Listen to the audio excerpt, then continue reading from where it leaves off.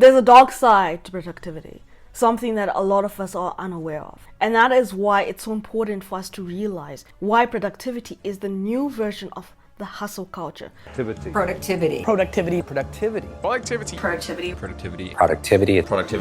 I'm not saying hustle culture has died away, but in its form, productivity has become that new version. How many of us watch countless productivity videos? We download countless productivity apps. The desperate need to be productive is at the forefront because we're always told the more productive you are, the more successful you are.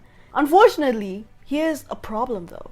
Where we are in our stage of life, we'll never be as productive as the people who we follow. The reason for that is simply because they are multimillionaires. They've got money that we do not have right at this particular moment. And this is why I want to talk to you about the hidden dangers of productivity.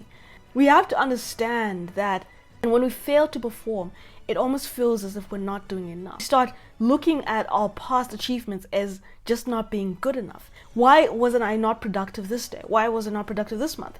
And when we feel like that, we feel as if we're a failure. But the reality on the ground is not every day are you going to be productive. Not every month you're going to be productive. Like, you're going to have ups and downs because that is the road to success. Every single person we've watched hasn't had 100% success rate in terms of productivity.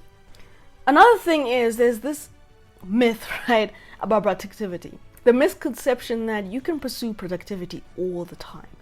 But what happens when you try to do that and you get burnt out? You know, often we watch these videos about how this person managed to cut, 20 plus hours off their schedule and become more productive. And as much as we wish that was the case, a lot of us have other jobs. We've got children to take care of. We've got other, situations and scenarios to take care of. We've got a long list of things we have to go through. As much as we want to sit down and have 6, 7, 8 hour day that was productive, it's impossible. And productivity also doesn't look at people who've got learning disabilities. It doesn't look at the people who might not have the financial means to be as productive as everyone else. It always looks at on the surface level. And this is the danger because you then go into comparison trap, right? The comparison trap is basically you comparing yourself to other people who've made it, other people who are successful, and you looking at yourself and comparing yourself to them and maybe comparing yourself to how you were last year in terms of your productivity. Beat ourselves into a pulp because we think that we are not successful enough. We're not doing enough. We're not making waves enough. There's something we're missing, and we watch more and more videos about productivity only for us to go get to the same exact point, and that is the point of feeling as if we are a failure. We neglect our health and rest and relaxation. What I mean by this is, in our pursuit of productivity, we forget to take care of ourselves. We forget that you need to have a healthy balance between being productive and also making sure that you take time to have a break. This is the problem with productivity because productivity can also be selfish. When you're focused solely on yourself and your well-being, you forget about everyone else. You don't spend enough time with your friends and your family because you're working on your dreams. And I'm not saying that's a bad thing, but I'm saying that life is precious, life is short.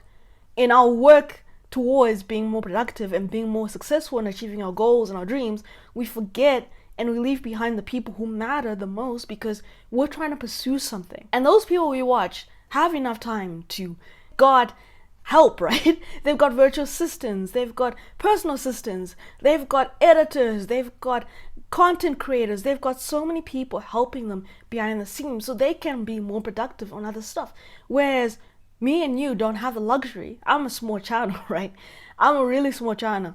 And because I'm a small channel, I don't get the luxury of doing that. But how do we actually get over this productivity cycle? And the best way to do that is simply embracing a balanced approach. What this means is you can figure out your schedule, right? You don't need to wake up when everyone says you need to wake up. And I was very much on that bandwagon that you need to wake up at 5 a.m. because it works for me, right? Waking up early works for me, but it might not work for you. And this is why it's so important for you to figure out what works best for you. So maybe you're not a morning riser, right? So you can work at night and be more productive then.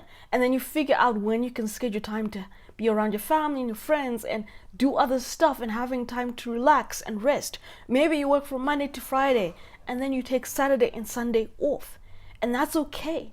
Trying to rush to get there isn't going to get you there any quicker, because by the time you get there, you're going to be so burnt out that you're not even going to appreciate what you have.